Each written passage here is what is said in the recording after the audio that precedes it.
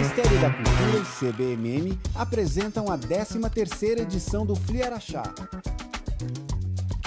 Vai começar mais uma atividade do festival. Compartilhe os melhores momentos nas redes sociais.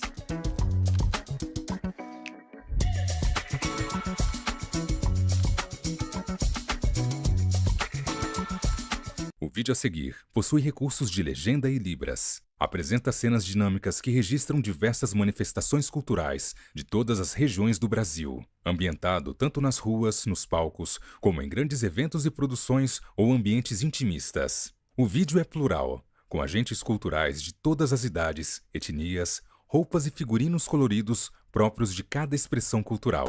A cultura é um dos mais preciosos instrumentos de democracia. É um canal de expressão plural que permite a convivência de diferentes vozes, histórias e visões de mundo. E por isso a cultura, tal qual a democracia, deve ser defendida e fortalecida. Essa é a função da Lei Rouanet, a principal política pública de incentivo à cultura brasileira. Com ela, perseguimos a missão de assegurar o acesso democrático à produção e à difusão cultural. Ao longo de mais de 3 décadas, a Rouanet permitiu que inúmeras iniciativas culturais, antes inviáveis, ganhassem o mundo. Revelou histórias, preservou tradições e transformou vidas. Lei Rouanet, há 33 anos tornando a cultura brasileira mais plural, acessível e democrática. Logos: Lei Rouanet, Ministério da Cultura, Governo do Brasil, do lado do povo brasileiro. As encruzilhadas da ficção. A roda de conversa acontece em uma sala grande. Ao fundo foi montado o palco. No chão foi disposto um tablado elevado de tom cinza e azul. O fundo é composto por um grande banner em tons de vermelho e amarelo. No canto esquerdo, lê-se: Ministério da Cultura e CBMM apresentam 13º Fliaraxá. Centralizado está um quadro branco com as logomarcas das marcas patrocinadoras do evento. E no canto direito foi posicionada na parede uma televisão que passa ao vivo a roda de conversa em questão. Centralizada em cima do tablado foi disposta 3 cadeiras intercaladas por 2 mesinhas que carregam garrafas de água. De frente ao palco foram dispostas inúmeras cadeiras destinadas à plateia. Da esquerda para a direita, a primeira pessoa sentada é Ana Carolina, uma mulher negra de cabelos lisos ondulados de tom castanho, cujo comprimento lhe passa os ombros.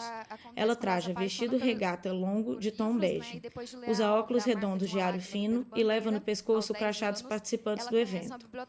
A segunda pessoa sentada é Renato Zucco, um homem branco de cabelos curtos e grisalhos.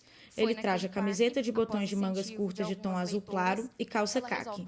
Usa óculos retangulares de aro preto e verde e leva no pescoço o crachá dos participantes do evento. A terceira e última pessoa sentada é Mariana, uma mulher branca de cabelos ondulados e longos de tom escuro. Ela traja regata vermelha e saia midi de tom preto. Leva no pescoço o crachá dos participantes do evento. Ao final da roda de conversa, a plateia é convidada a interagir, e os que falam recebem um microfone. De tempos em tempos, a plateia é filmada e está cheia. Autor dos livros Verdugo, Rio da Lua, Monstruário, Bestiário da Maldade e Inteligência Prática, pelas editoras Livro Novo e Novo Século. Atualmente, ele está lançando um novo livro, que é o que a gente vai comentar um pouquinho, que é o Vitor Além da Vida. E, para começar essa discussão, então, vim trazer para vocês aqui e para os nossos convidados alguns pontos que são convergentes, vamos dizer assim, na obra dos dois. Apesar de serem livros de temáticas muito diferentes, né, eles começam por um ponto comum, que é essa história se passando em Belo Horizonte. E aí eu gostaria que vocês falassem um pouquinho, né, por que ambientar a história em Belo Horizonte? Tem algum motivo específico? Eu vi na sua biografia que você é nascida em Belo Horizonte, né? A Ana já me contou mais ou menos o que motivou ela a ambientar a história dela nessa cidade, mas eu gostaria de começar por aí. Boa tarde a todos. Agradeço primeiramente a Deus por essa oportunidade de estar aqui batendo esse papo com vocês, aos amigos e familiares que se fazem presentes aqui. Eu escolhi essa cidade porque eu amo Belo Horizonte e, quando eu conheci o Parque Municipal, eu falei, gente, eu tenho que escrever um romance envolvendo esse lugar, porque eu achei o Parque Municipal simplesmente maravilhoso. Gosto muito do zoológico, da arquitetura de algumas casas antigas que tem na cidade, então foi por isso que eu decidi escrever meu romance contado em Belo Horizonte. Bom, a Mariana já nos explicou aqui por que os meus livros se ambientam, pelo menos parte deles em Belo Horizonte. Eu sou de BH, permaneci em BH até os meus 30 anos de idade. Depois, com a carreira como juiz de direito, eu fui para o interior e resolvi permanecer no interior.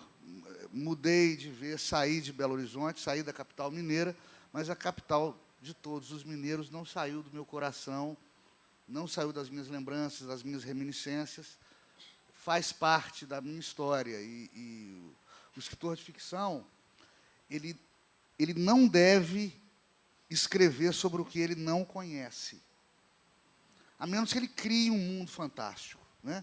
Como eu sou, digamos assim, um especialista em BH, BH é palco da maioria das minhas histórias. Eu fiz essa pergunta pensando justamente porque, assim, enquanto leitor, eu fico pensando quando eu comecei a ler mais livros de literatura brasileira, o quanto é interessante para nós, enquanto leitores, ler textos com os quais a gente consiga se identificar e reconhecer os espaços. Porque, lendo o seu livro, por exemplo, né, que ele é uma ficção policial, eu me remeti muito à minha adolescência, que eu falo que uma das grandes autoras que me formaram enquanto leitora foi Agatha Christie, mas tem muito aquele cenário, né? É um século diferente, é um outro país, mas quando a gente está falando de uma narrativa que se passa no Brasil, numa capital, né, numa capital mineira, a gente está em Minas Gerais, eu acho que gera também essa identificação com o leitor de ir se identificando com esses espaços, né? A história ela vai passando por lugares que esse leitor provavelmente já passou. E aí, especificamente, a história da Ana, ela cita muitos lugares, né, muitos restaurantes, o próprio parque, né, que a narrativa começa nesse parque. Então, eu fico pensando muito nesse outro lugar, né? A que tipo de pessoa essa literatura que vocês estão produzindo quer acessar? Vocês conseguem ter isso em mente quando vocês estão escrevendo essas histórias? Bom, todo escritor é, antes de tudo, um leitor. No meu caso, leitor compulsivo. E eu procuro buscar na literatura não somente cultura, conhecimento, informação, mas, principalmente, entretenimento. Toda vez que a literatura se desapegou do entretenimento, ela se deu mal. Ela virou exercício acadêmico e questão de prova do Enem, e deixou de fazer parte das discussões diárias, cotidianas, do cidadão comum. E, como leitor, me agrada tudo aquilo que instiga a minha curiosidade sobre o misterioso, sobre o que eu não sei. E é por isso que eu sou fã do gótico americano, que não necessariamente tem que ser americano. Por exemplo, o escritor brasileiro, hoje em dia muito lido, que é o Rafael Montes, ele escreve gótico americano. E eu procuro pincelar temáticas que também envolvam, além de criar um clima de mistério, um clima de suspense, um whodunit, um mistério para ser deslindado pelo leitor, que é um detetive de poltrona. Eu procuro também temáticas por detrás, de fundo. E, no caso do Vitor, além da vida, a gente vai tratar de vida pós-morte, ou de experiência de quase morte, EQM. Um policial, o livro começa, o policial sofre um atentado, sofre uma tentativa de homicídio, fica entre a vida e a morte no limbo, vai para aquele espaço que quem já foi conta. Você não está morto, mas também você não está vivo. Aqui, no mundo tangível, no mundo real, ele está em estado vegetativo no hospital. Mas a alma dele está nesse limbo, e essa alma está lutando para voltar. E aqui no mundo natural, tentam descobrir quem o matou e principalmente, por que o matou. Então, são dois fluxos narrativos. Natural, sobrenatural. Vida, morte. São as intertextualidades do romance. Então, pegando um pouquinho do que eu tinha falado dos leitores, você acha que esse tipo de experiência que está muito no sobrenatural, principalmente a morte, né, que quem foi não voltou para contar, né, o que aconteceu, mas você acha que isso pode ser um ponto que aguçaria, então, a curiosidade dos leitores para poder pegar seu livro e falar, eu quero ler esse livro? Perdão, quem foi para esse limbo de quase morte e voltou em condições mentais de explicar o ocorrido, contou. É aquela história do corredor branco, da luz no fim do túnel, enfim. Não é o que o Vitor vivencia. Sim, mas o que acontece depois disso, ninguém sabe se tem algo depois disso, para além disso. Concorda? Não, eu acredito que existe, sim. Toda a minha crença espiritual, intelectual, toda a minha religiosidade é voltada para a existência de um pós-vida. E eu acho que a nossa vida seria absurdamente sem sentido se não existisse um depois dela, um motivador. Agora, se a gente volta ou não, aí já depende da crença de cada um. Mas que existe um mundo sobrenatural, existe. Até por experiências próprias, eu tenho certeza absoluta no intangível, na abstração metafísica, que é o divinatório, que é o mundo do além. E você, Ana? Eu concordo também com o Dr. Renato Zuppo. Eu creio que faz muito sentido ter algo depois dessa vida, e é o que me motiva, às vezes, a escrever e caminhar de forma o mais correta possível, ser muito amável, complacente com as pessoas, para, depois dessa vida, eu alcançar algum lugar superior muito melhor do que essa terra, essa baixa terra, né? Então, eu concordo com o senhor nessa parte. E eu acho que o mistério mesmo faz a gente querer algo misterioso num livro, numa literatura, incentiva a gente querer ler aquele livro. Nós temos uma confreira, a professora Erilda, que ela gosta até, quando ela vê alguma coisa que chama atenção nela, ela lê o livro de trás para frente, de tão ansiosa que ela fica com esse mistério, aí ela começa a ler de trás para frente. E eu falei para ela, então, eu quero testar, para eu não ficar com tanta ansiedade de ler, e às vezes eu costumo nem dormir, já passei noites acordada, principalmente quando tem alguma coisa que me sufoca, que eu quero saber o que vai acontecer. Eu falei para ela que eu vou passar a ler de trás para frente, para ver se dá mais certo. Não tem graça. Não, é spoiler, um depois do outro. Não tem graça. Ai, mas vou tentar para ver qual que foi a experiência dela, se vai ser legal ou não, né? Tudo a gente tem que ter uma primeira vez para tudo. E é isso. Bom, pensando nessa questão que eu já falei, né, outro ponto em comum do livro de vocês, o Renato já adiantou, né, um pouquinho da narrativa, do romance dele, mas os dois livros eles vão tratar sobre uma questão de um crime que acontece com os personagens, né, principais. E eu queria que vocês comentassem um pouquinho sobre isso, como que vocês percebem, porque a gente está falando aqui de uma mesa que vai falar sobre a encruzilhada da ficção, como que acontece essa encruzilhada entre ficção e realidade, né? Como que a literatura ela vem lidando com isso, trabalhando com isso, tentando, de certa forma, ela vai ficcionalizando mesmo esse cotidiano, né, por meio dessas narrativas, como o Renato acabou de reforçar, né, que essa experiência de quase morte, várias pessoas já relataram que viveram coisas parecidas. Então, assim, por mais que tenha essa coisa do fantástico ali, ainda está muito próximo de coisas que foram realidade para muitas pessoas. Então, eu queria que vocês comentassem um pouquinho disso. No meu livro, a Sofia ela sofre uma sequência de abusos na infância, só que ela tem uma amnésia, então ela parece que ela tem sonhos ou pesadelos, na verdade, pesadelos com esses abusos infantis.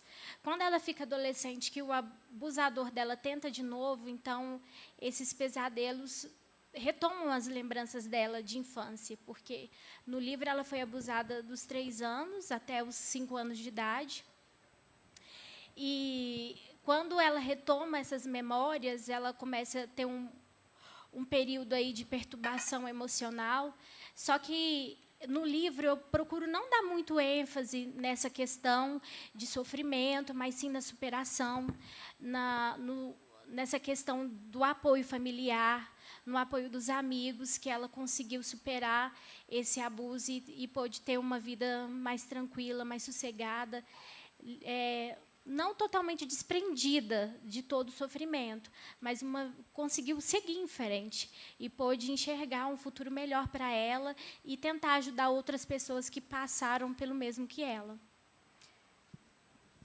Bom, como eu já adiantei, né, meio apressadinho, o meu romance, minha 6ª obra, é uma obra literária de ficção, muito embora esse limite entre ficção e não ficção seja cada vez mais tênue, mas é uma obra de ficção no sentido de que foi criado um universo pelo escritor, por mim. Nela há uma trama policial em que se tenta descobrir, com o detetive da história, quem tentou matar e por que tentou matar, porque ele vai matar de novo. Ao longo da obra, vai tentar matar de novo. E, em paralelo, a vida inteira eu quis escrever sobre a experiência de pós-morte, sobre o sobrenatural, até porque eu sou um leitor de carteirinha desse tipo de romance. A gente vai dar um passeio pelo mundo dos espíritos.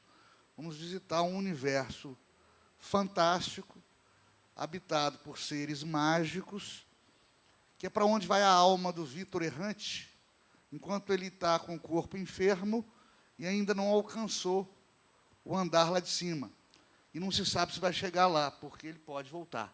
E é o que ele luta para fazer, para tentar voltar do mundo dos espíritos para o mundo dos vivos, para o seio da família dos entes queridos. É essa a trama. Nessa perspectiva, vocês acreditam que a literatura ela poderia dar um final, vamos dizer assim, um final feliz para essas histórias que começam de forma trágica, uma resolução possível, porque acho que principalmente o senhor, né, que está lidando diariamente com vários casos criminais aí na sua profissão, e a gente sabe, em termos de justiça, né, como que é no nosso país, nem sempre as coisas terminam de forma feliz, né, para os envolvidos, da melhor forma possível.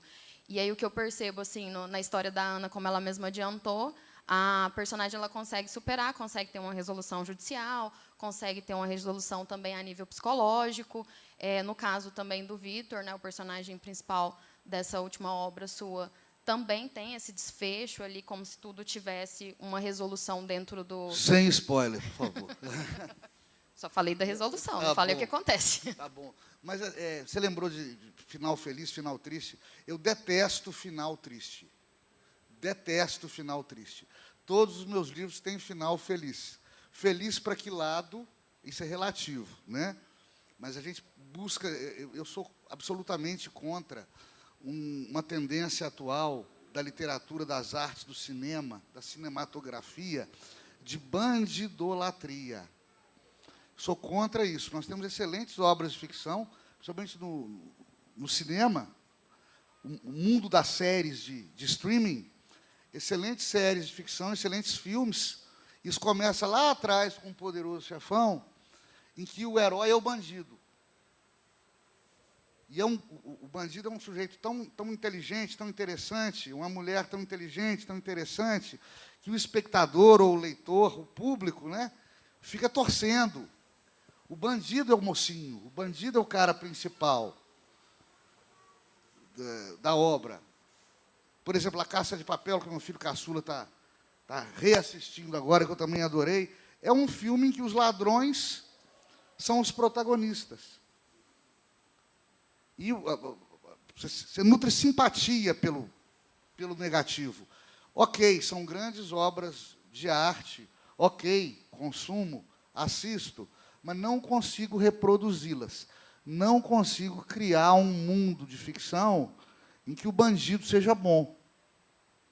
É claro que ele tem um motivo para ser bandido. É claro que eu humanizo o vilão. Até porque na vida real, e a ficção tem que se aproximar muito da vida real, na vida real, todo criminoso é um ser humano com problemas que o fizeram cometer delitos, problemas esses que nem sempre ele causou. Às vezes ele é fruto do meio. Às vezes ele é uma vítima, ele é uma vítima social, e isso propeliu o lado obscuro, o lado sombrio da personalidade dele. Mas, em geral, eu vivo um mundo moralmente sem muitos nuances, não. O que é bom, o que é ruim. Eu deixo isso bem claro para o leitor logo cedo. Não haverá surpresas quanto a isso. Esse aqui é o mocinho.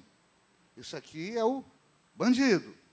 E eles vão duelar. É a eterna luta do bem e do mal. Isso está em toda a literatura universal. A luta do bem com o mal está em toda a literatura universal. Shakespeare não fugiu dela, Cervantes não fugiu dela, Dostoiévski não fugiu dela. Fazer literatura é traçar um cenário de bem contra mal, em que em cada cena ocorre uma ação, toda ação tem um resultado que modifica a realidade da obra. Por aí vai. A obra literária, ainda que de ficção, para encerrar a resposta, a obra literária, ainda que de ficção, ela tem que fazer sentido. Tem que ser uma criação do escritor, uma criação do autor, que faça sentido para o leitor. Então, ela tem que ser muito próxima da realidade, ainda que ela fale de seres e de mundos fantásticos. Seres e mundos fantásticos, mas pessoas, entidades e almas e espíritos reais. Ana? Continuando que a confirmação do Dr. Renato, também concordo que na ficção tem que ser muito próximo da realidade para prender a atenção do leitor. E na minha obra eu busco muito fazer isso. Como tem algumas cenas, principalmente na parte criminal, e eu não queria muito focar nisso com muita forma intensa, relatar isso de forma muito explícita, então eu atenuei muito, porque, na verdade, não era o meu intuito. Porém, eu deixei bem definido que a pessoa, no caso, que era um abusador, ele começou mal e terminou mal, para não dar aí motivo para outras pessoas ter na cabeça que elas têm o direito de violentar uma criança, depois violentar de novo e achar que isso é tudo normal, é normalizado, que não é. Então, eu foquei bem nessa parte. Ele cometeu erros e ele teve que pagar por esses erros que ele cometeu. Mas que também eu deixei com bastante ênfase que poderia superar uma pessoa que passa por isso, com apoio familiar, com apoio de amigos, e depois do companheiro da Sofia, ela conseguiu ser feliz e ajudar outras pessoas também, que eu tenho certeza que é de grande importância essa parceria das pessoas que sofrem, né, esse tipo de abuso. Esse era um outro ponto que eu queria chegar, né, da narrativa de vocês, porque nos dois livros, de forma diferente, fica muito evidente essa questão de como que os familiares ou amigos eles vão auxiliar esses indivíduos que estão passando por um momento, né, de fragilidade, um momento difícil, como é o caso, por exemplo, no seu livro, Zupo, quando o Vitor, né, não vou dar spoilers, o Vitor está nessa experiência de quase morte e a esposa dele ali muito aflita, e tem uma situação que é uma amiga, né, que vai ajudar a dar esse suporte, assim como a mãe, né, vai para casa e tudo mais. E aí, no seu livro também, Ana, tem essa questão, né, antes mesmo da Sofia, isso é bem no início do livro, gente, antes da Sofia conhecer que depois vai virar o marido dela, né, ela tem uma amiga muito próxima. A Ana, ela deixa muito evidente no livro essa questão da família, o quanto que a família dela é presente. Então, todas as atitudes que a Sofia vai tomando ao longo da narrativa, A família apoia muito, a mãe apoia muito. Então, pelo que eu estou entendendo, isso também é algo que vocês acreditam para além da história. Por favor. Sim, com certeza. Eu, até na minha vida, como mãe, avó já, mãe, avó, eu procuro sempre fazer como a família da Sofia. Apoiar em todos os sentidos. Se tiver que puxar a orelha, vamos puxar, mas se tiver que apoiar, vamos apoiar, né?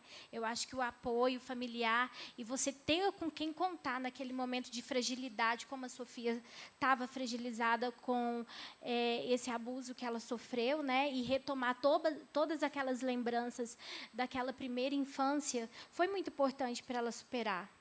E é isso. Na verdade, nós todos enfatizamos muito, nós seres humanos, enfatizamos muito a necessidade não só de viver, mas viver bem. Viver com o direito de buscar a felicidade. E ter condições de segurança, de educação e de saúde e de mercado para isso. Isso é tão importante que isso consta na Constituição dos Estados Unidos, que é bastante enxuta, mas lá tem isso. E nessa busca por felicidade, a gente se cerca das pessoas que a gente ama. E as pessoas que a gente ama são os nossos familiares, os nossos entes queridos, os nossos amigos. Eu desconfio muito de pessoas que não têm amigos antigos, amigos de infância, amigos de adolescência. Alguma coisa de errado há nisso. A pessoa talvez tenha passado por traumas existenciais, problemas na vida dela que a tornaram um ente solitário, ou elas têm algum problema comportamental, temperamental. Porque não é normal as pessoas não terem pessoas que ela ama e que venham do seu passado, que venham do seu passado. E é isso que eu reporto na minha obra. Os personagens se interconectam. Como é que você vai interconectar personagens? Através de emoção, sentimento. O personagem Vitor tem uma esposa, que é a Diana, e tem 3 filhos. É um núcleo familiar. Unido e gerado pelo quê? Pelo amor. Fora isso, ele tem colegas de trabalho que muito o admiram, amigos dele, que vão procurar descobrir quem tentou matá-lo. E nós temos, e aí eu tenho que tomar cuidado com os spoilers, nós temos uma pessoa que tentou praticar o extermínio do Vitor, que o odeia por algum motivo. E o ódio é um sentimento tão forte quanto o amor. O ódio é um sentimento tão forte quanto o amor. O ódio nasce do amor. Tem uma letra do Chico Buarque, Atrás da Porta, música cantada brilhantemente pela Elis Regina, em que ela, tomando suas as palavras do Chico, ela diz da desilusão amorosa de um casamento que se encerra, e ela usa a expressão, Chico usa a expressão, te amando pelo avesso. Atrás da porta, te amando pelo avesso. O ódio é o amor do avesso. Isso também é um sentimento humano que também une os personagens ao longo da trama, ainda que para desuni-los. No seu livro, Ana, quase não tem espaço, né, para o ódio. Não, a minha vida toda eu sempre temi o ódio, porque eu acho que o mundo já tem muito disso, né? Muita carga aí de ódio. A gente vê isso em todo momento. Às vezes as pessoas praticam mal para as outras, assim, até sem motivo nenhum. Então, no meu livro, eu quero fomentar o amor, de todas as formas possíveis. E em todas as histórias que eu escrever ao longo da minha vida, que Deus me dê a oportunidade, eu quero fomentar o amor, a amizade, a união. E assim vai. Lógico que nunca vou deixar de falar que existem adversidades na vida, porque todo ser humano passa por as adversidades, mas também o ser humano, com união, ele é capaz de superar qualquer coisa. E eu acho que, não sei, esse sentimento nunca passou, apesar de que eu já tive vários motivos para odiar, e esse sentimento nunca passou pela minha mente, nem pela minha alma, e nunca vai me alcançar. Por isso que eu não vou escrever nunca sobre o ódio. O ódio é o contraponto do amor, né? É impossível você falar do gordo sem se referir ao magro. Falar do bem sem se referir ao mal. Eu entro no dilema de Santo Agostinho. Santo Agostinho, ele, filósofo cristão, ele tem um drama existencial para decifrar. Como é que eu vou admitir a maldade humana, sendo que é Deus que governa tudo? O Deus bom, o Deus Pai que governa tudo. Como é que eu vou admitir a maldade humana? Como? E aí ele chega à conclusão, isso explica a obra dele, e isso norteia o pensamento agostiniano, que a maldade, ela existe não apesar de Deus, mas ela reside na recusa do amor. E aí está o livre-arbítrio. Eu tenho o amor de Deus, eu tenho a bondade, eu tenho o bem, mas eu livremente recuso esse bem. Não é possível escrever sobre o redondo sem se referir ao quadrado, até por omissão. Você é boa por quê? Você é boa porque você não é ruim. O raciocínio basicão. Você é boa porque você não é ruim. Então, tem que explicar a ruindade. Como é que você... O seu livro tem tópicos que se referem a crimes sexuais. Isso é ódio. É um ódio que a pessoa exterioriza no outro, psicopaticamente, percebe? Agora, ele não pode vencer. Nunca pode vencer. Bom, aproveitar a deixa, então, eu gostaria que vocês lessem algum trechinho do livro de vocês. A Ana já separou, né? Damas primeiro. Tem que pegar meu telefone. Por quê? Porque não está aqui. Eu só mandei para você. Ah, tá. Pode deixar você ler. Isso, eu vou começar enquanto a senhora pega o telefone. Já está na mão? Quer começar? Não, pode começar. Tá. Eu vou ler o prólogo do Vitor. Prometo ser breve. Vitor morreu em uma tarde de sábado, quando foi abrir a porta de sua casa para alguém que tocava inesperadamente a campainha. Poderia ter verificado antes quem era. Seria o automaticamente correto a fazer. Mas ele estava passando de frente à porta, um pano no ombro, de bermuda e chinelo de dedos e cantarolando uma música gaúcha antiga que o fazia lembrar seus pais. Estava um dia ensolarado e lindo e os 3 filhos haviam saído com Diana para comprar guloseimas e bebidas enquanto ele preparava o churrasco na área de lazer nos fundos da casa. Portanto, o dia estava bonito demais para se preocupar com agressores à soleira da porta. Essa neura, aliás, não era dele. Sua mulher é que assistia a filmes policiais demais, na opinião de Vitor. O fato dele também ser policial e de Diana ser advogada criminalista só piorava a coisa toda.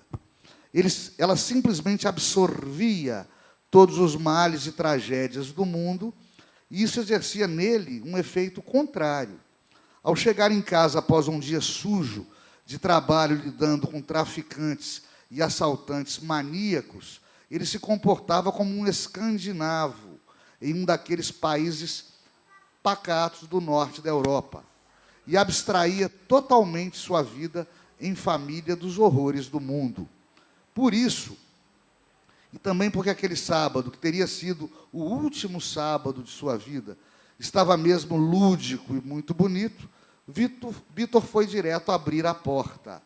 Um homicídio ali, debaixo daquele sol brilhante de abril, destoava de tudo e era esteticamente impossível. Era como imaginar um estupro durante um baile de debutantes, ou um aborto durante um pródigo almoço em uma churrascaria rodízio. No entanto, foi o que aconteceu. Ele abriu a porta e alguém que estava do outro lado simplesmente levantou uma mão armada com um revólver. Da arma ele jamais se esqueceria. E disparou 3 vezes em seu peito. Foi ele tomar os tiros e cair para trás arfando. Sentia como se braseiros incandescentes se instalassem em seu tórax repentinamente, cada qual pulsando em um ritmo inexorável de dor. Só conseguia ver o topo de sua sala, lá do local em que caíra, e a visão foi embaraçando. Se recordaria depois que descobriu uma teia de aranha pendendo do lustre que era presente de casamento de sua sogra, e que a teia estava ali porque ninguém nunca lembrava de limpar o teto da casa.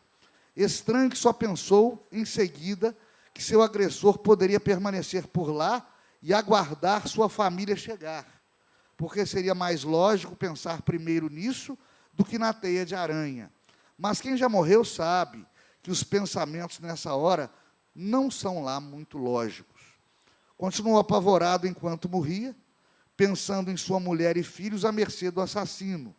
Mas, em seguida, veio um lampejo de que ele não estava mais por lá e havia se contentado em atirar nele. Simplesmente não o sentia mais à sua volta. E, por fim, se tranquilizou, preparando-se para a morte. Antes de ir, a vista que já nada via, o peito que ardia em agonia, a respiração que lhe faltava, serviram-lhe de pano de fundo e palco para a ideia triste de que estava muito novo para morrer e que não veria os filhos crescerem. Tudo por conta de um desgraçado que lhe acertara 3 tiros de revólver e que conhecia, mas por algum motivo imbecil não conseguia lembrar quem era. Considerou o mundo injusto, arfou, ficou puto de estar morrendo, mas morreu assim mesmo. Mas esse era só o começo de seus problemas. É isso, o prólogo do Vitor.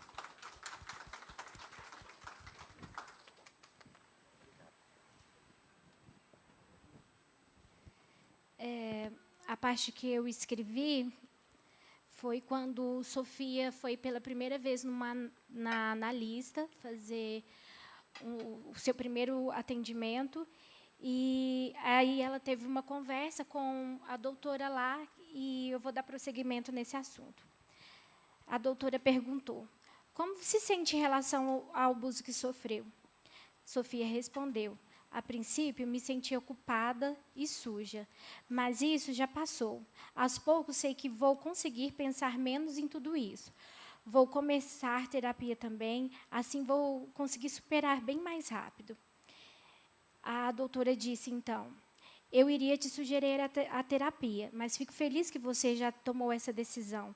A maioria das vítimas se fecha para o mundo e entra em profunda depressão. Sofia respondeu: isso eu não poderia acontecer comigo, que tenho muitas pessoas ao meu lado me dando amor e apoio. Minha mãe e eu trocamos sorrisos. Eu posso imaginar, é muito importante receber esse apoio. Com certeza, isso é o motivo de você estar aparentemente bem, depois do que te aconteceu há 2 dias atrás. Não sei como pode ser para outras pessoas que passam por isso, mas, com toda certeza, o apoio da família, de outras pessoas que amo, estão fazendo uma enorme diferença na minha vida neste momento. Essa foi a resposta de Sofia.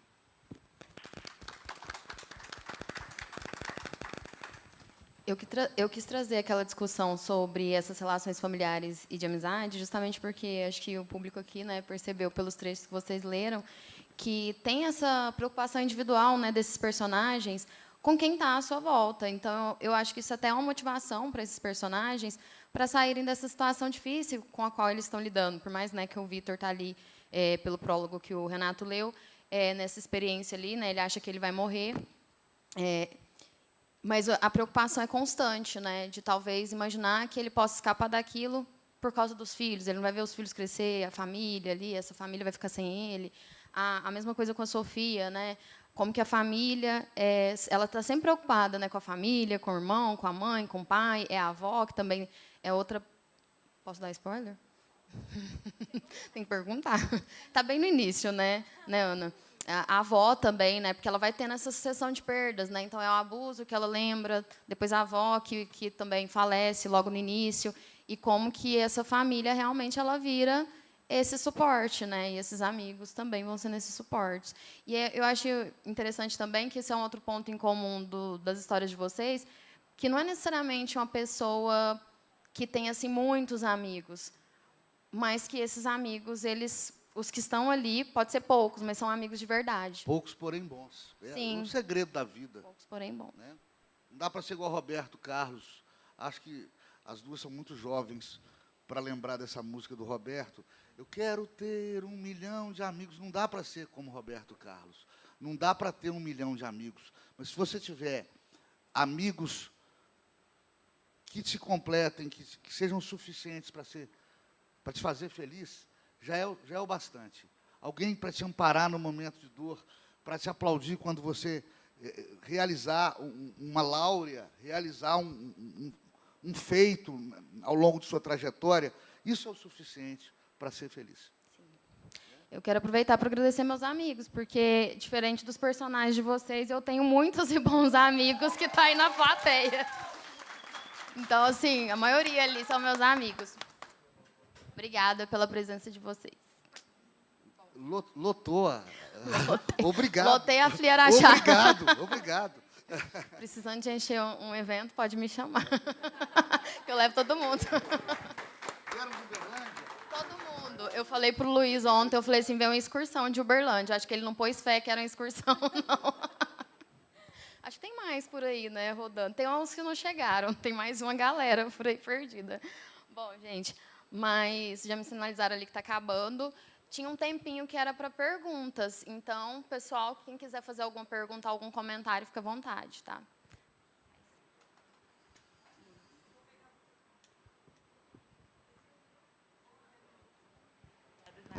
Oi, bom dia. Eu sou da excursão da Mari, meu nome é Thaís. A minha pergunta fica para vocês, porque enquanto vocês falam que no livro de vocês ele precisa desse final feliz, eu vou no contraponto. Eu acho que não necessariamente a literatura precisa ser feliz. A literatura ela não tem um porquê, um para quê. É uma arte, né? E como arte ela mexe com o sujeito em inúmeras formas, ou não mexe com o sujeito, né? Não é obrigatoriedade da literatura fazer isso. Mas no livro de vocês, a gente até conversando antes, a gente vê não uma questão religiosa, mas uma questão espiritual. Principalmente quando a gente tem essa questão do entre mundos, igual quando você fala, Vitor, no início, que você vai para essa questão do gótico, né? Eu gosto muito do terror, e eu dialogo muito com o Allan Poe, com... Tem excelente companhia. Sim, claro. Mas, além do Allan Poe, também gosto muito do Rei do Cthulhu, né? Que não tem como falar de terror e não falar do... Ai, esqueci o nome. Do Lovecraft, obrigada. Então, não tem como falar sobre isso. Mas esse local de ser e não ser, né? De que ele estar e não estar, principalmente quando ele acha que vai morrer e não vai morrer. E eu acho que a Sofia também passa por essa experiência, quando ela está nesse mundo dos sonhos, né? Porque ela viveu, mas ela não se recorda.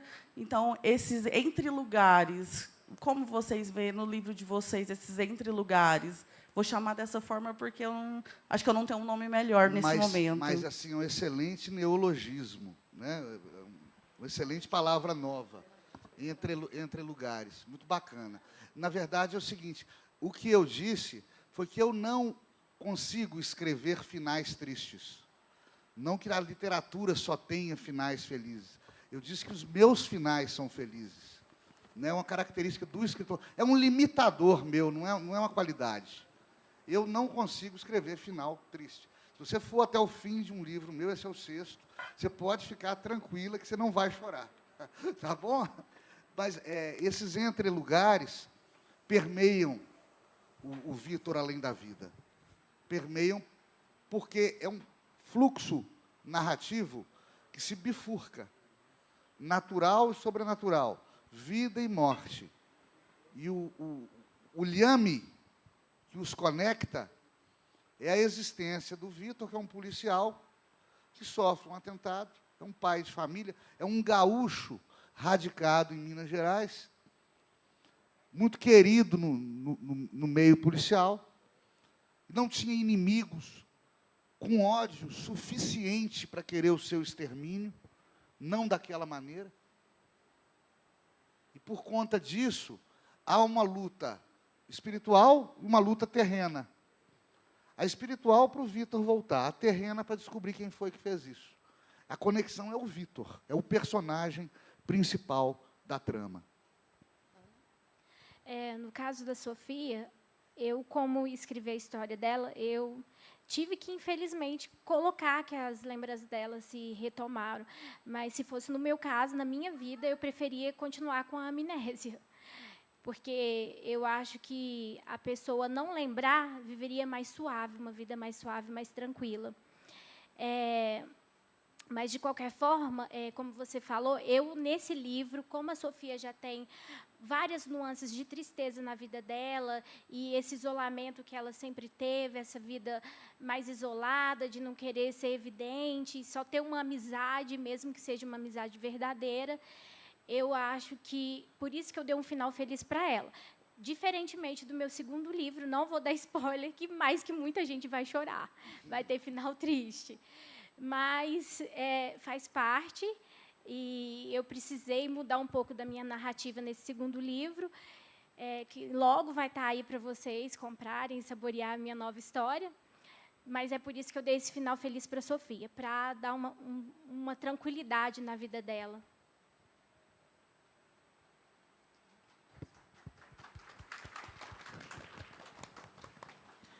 Eu tenho uma pergunta. Mais ou menos em 2009, o Renato escreve um livro, Simplifica Direito, e eu entendo que ele lança uma forma lúdica de se falar em temas científicos, que a gente que faz direito, né, estuda o direito, porém ele explica de uma forma mais lúdica. E eu gostaria de saber qual foi a motivação de cada um para iniciar o mundo da escrita. No caso do Renato, se esse livro foi a primeira inspiração, ou se, quando escreveu esse livro, já tinha interesse em escrever ficção, né? Porque são temas diferentes, são mundos diferentes. Então, como é que começa essa vontade de escrever? Obrigado, Michele. Eu começo a escrever menino, escrevendo gibi. Menino, escrevendo gibi. Depois de gibi, eu passo para pequenos contos, que nunca publiquei, parto para o mundo jurídico, inicio a minha carreira primeiro como advogado, depois como juiz de direito, e aí eu começo a escrever primeiro sentenças. A sentença é a obra literário-jurídica do juiz, é o que encerra o processo, condenando ou absolvendo, concedendo ou negando direitos. E escrevendo artigos jurídicos, artigos técnicos, artigos científicos, publicando ensaios acadêmicos, ensaios científicos, mas sempre querendo escrever ficção. Em 2011 eu começo, com o Verdugo. Depois vem o Rio da Lua. Muito difícil escrever ficção, você não acha, não? Muito difícil. Você também vem do meio acadêmico. Você sabe que escrever tecnicamente, escrever cientificamente, com rigor, literário sim, mas sem criar um mundo de fantasia, é muito menos difícil, não vou falar mais fácil, é muito menos difícil do que criar um mundo de faz de conta que faça sentido para o leitor. É muito... E eu não tinha escrito ficção, não a fundo, não me dedicando, não perdendo horas da madrugada. O Verdugo é o primeiro passo, 2011. Depois, Rio da Lua. Vários deles, o meu amigo Edgar, que chegou agora, me ajudou a lançar no Brasil e no exterior. Depois, o Monstruário, o Bestiário da Maldade, em que eu vou tratar de psicopatas. Você leu, né? O livro são contos, são novelas, né? Contos longos, romances curtos. São 8 novelas. E aí passa para o Simplifica Direito, que a Michele sondou. O Simplifica Direito é a minha tentativa de sair da ficção. Tentar explicar o mundo do direito em linguagem prática. Então, o subtítulo do livro é Simplifica Direito, direito sem as partes chatas. Mas o mundo da ficção, ele não suporta traições. A ficção é ciumenta. E eles me puxaram de novo para o mundo da ficção, de onde eu não saio, prometo, pessoal, prometo, Michele, nunca mais sair do mundo da ficção. É isso. Eu iniciei o meu processo de escrita ainda criança. Eu vivia num período de isolamento, que eu tive depressão infantil, que só fui descobrir que era depressão infantil na minha fase adulta. E eu ficava muito dentro de uma reserva, brincando com um irmão meu, que hoje é falecido. Só que, quando separaram os nossos horários de aula, então eu passei a ficar um período, quando a minha mãe não me levava para o trabalho com ela, não tinha essa oportunidade, porque nem sempre as famílias que a minha mãe cuidava da casa dela permitiam, então eu passei a ficar muito tempo nessa reserva sozinha. E, num certo dia, eu escutei uma música que falava, investe na leitura que só faz bem. E eu escutei aquele barulho estrondoso e comecei a perseguir aquela música. Foi quando eu encontrei uma biblioteca móvel. E, nessa biblioteca móvel, eu passei a ficar bastante tempo lá, em vez de ficar nessa reserva, brincando sozinha. Eu passei a ficar nessa biblioteca, foi quando eu conheci Pedro Bandeira e li o meu primeiro livro voluntariamente, que é diferente de quando a escola te proporciona aqueles livros dos irmãos Green, né, e tudo mais. Foi a minha primeira leitura voluntária, então eu comecei a escrever nos meus cadernos. Escrevia poemas, escrevia versos, muitos que eu não publiquei, até chegar ao meu primeiro livro, né, foi naquele parque, com o intuito de dar vida novas às pessoas que passaram pela minha vida. A maioria não teve finais felizes. Uns, por uso abusivo de álcool e droga, morreram. Ou a maioria, tem muitos que estão presos aí há mais de 20 anos por conta das drogas, outros autoextermínio.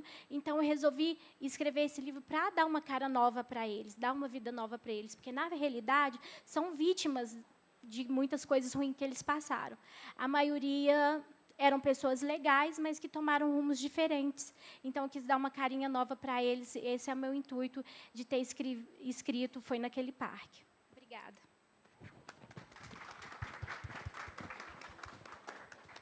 Bom, já estamos em cima do nosso horário. Ela já está até olhando aqui para mim.